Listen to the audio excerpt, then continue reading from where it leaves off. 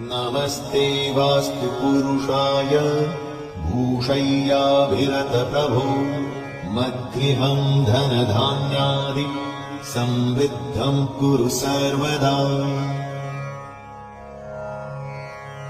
नमस्ते वास्तु पुरुषाय भूषय्याभिरतप्रभो मद्गृहं धनधान्यादि समृद्धं कुरु सर्वदा। नमस्ते वास्तु पुरुषाय भूषय्याभिरतप्रभो मद्गृहं धनधान्यादि समृद्धं कुरु सर्वदा। नमस्ते वास्तु पुरुषाय भूषय्याभिरतप्रभो मद्गृहं धनधान्यादि